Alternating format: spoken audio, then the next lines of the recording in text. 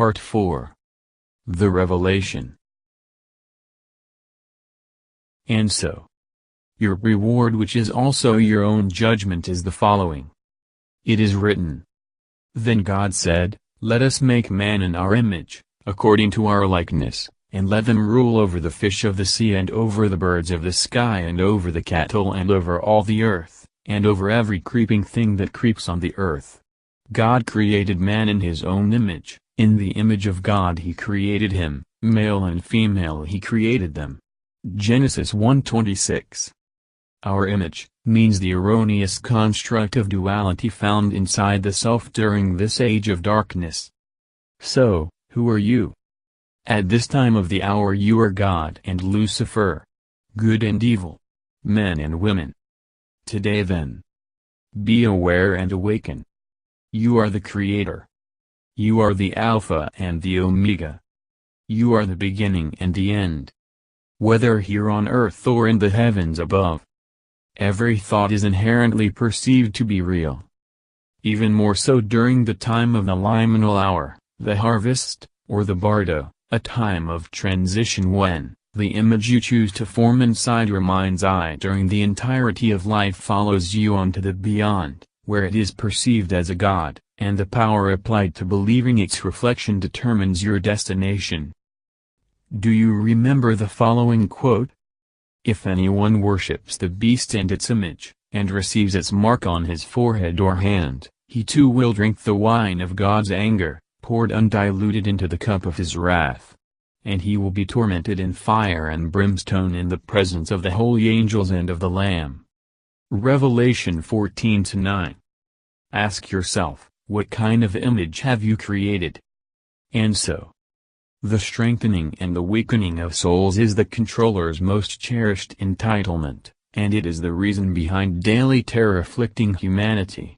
For you and I, submitting oneself to daily external conditioning leads to reincarnation into a life of subordination.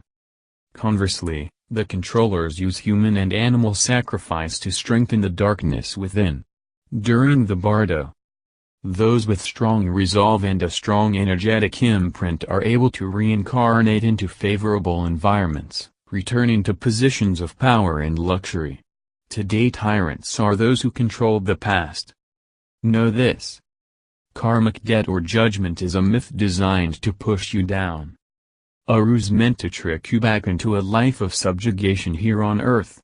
And so are the internalization of the following emotions disseminated and taught daily through media: lust, avarice, greed, hate, guilt. Please read this paragraph one more time. And so, read the following statement very carefully.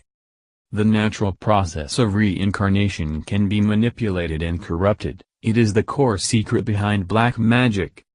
But, reincarnation has limitations. It binds spirits into a whirlpool of soul energy depletion. And so, read the following statements very carefully. Alchemy is incarnation. A. Incarnation cannot be usurped, stolen, or bought. B. Incarnation is a natural process used to move beyond evolutionary infancy. C. Incarnation is the key to unlocking the gate that leads into new layers of creation. D. Incarnation can only be achieved when souls choose to enter the kingdom of heaven. And so, the Alchemist's Revelation. The secret of these ages. The imagery often used to describe incarnation and reincarnation is named the cosmic serpent, whereby the serpent's head symbolizes limitless incarnation possibilities into an infinite cosmos, and the serpent's tail represents the whirlpool of reincarnation into the pit of self-destruction. The serpent spoken of in the book of Genesis is not Lucifer nor is it Satan. It is a metaphor for the God within.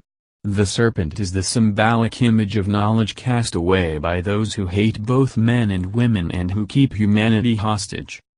Black magic is the process seeking to manipulate the destiny of souls. It is known as reincarnation or judgment. Both, black and white magic practitioners are part of an unholy alliance rooted in duality, and enslaved to the wheel of karma.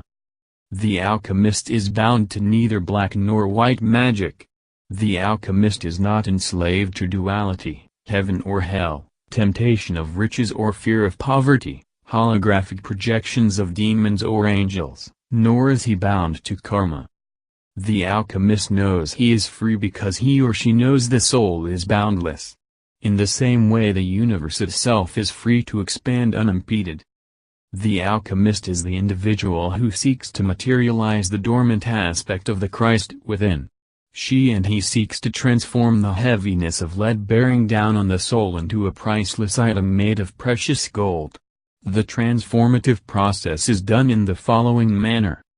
Alchemy is the process of consciousness expansion or incarnation. It is the opportunity of experiencing a multitude of embodiments available throughout the cosmos. Your destiny, which is also your purpose, is to grow with the universe and enjoy the rewards found aplenty amidst the kingdom of heaven among the stars. Turn your back to anything or anyone who worships death. Choose life and you will find the way to eternal life. So it is written. The kingdom of heaven is likened unto a man that sowed good seed in his field, but while men slept, his enemy came and sowed tares also among the wheat, and went away. But when the blade sprang up and brought forth fruit, then appeared the tares also. And the servants of the householder came and said unto him, Sir, didst thou not sow good seed in thy field? Whence then hath it tares? And he said unto them, An enemy hath done this. And the servants say unto him, Wilt thou then that we go and gather them up? But he saith, Nay, lest haply while ye gather up the tares, ye root up the wheat with them. Let both grow together until the harvest, and in the time of the harvest I will say to the reapers, Gather up first the tares, and bind them in bundles to burn them, but gather the wheat into my barn. Matthew 13:24.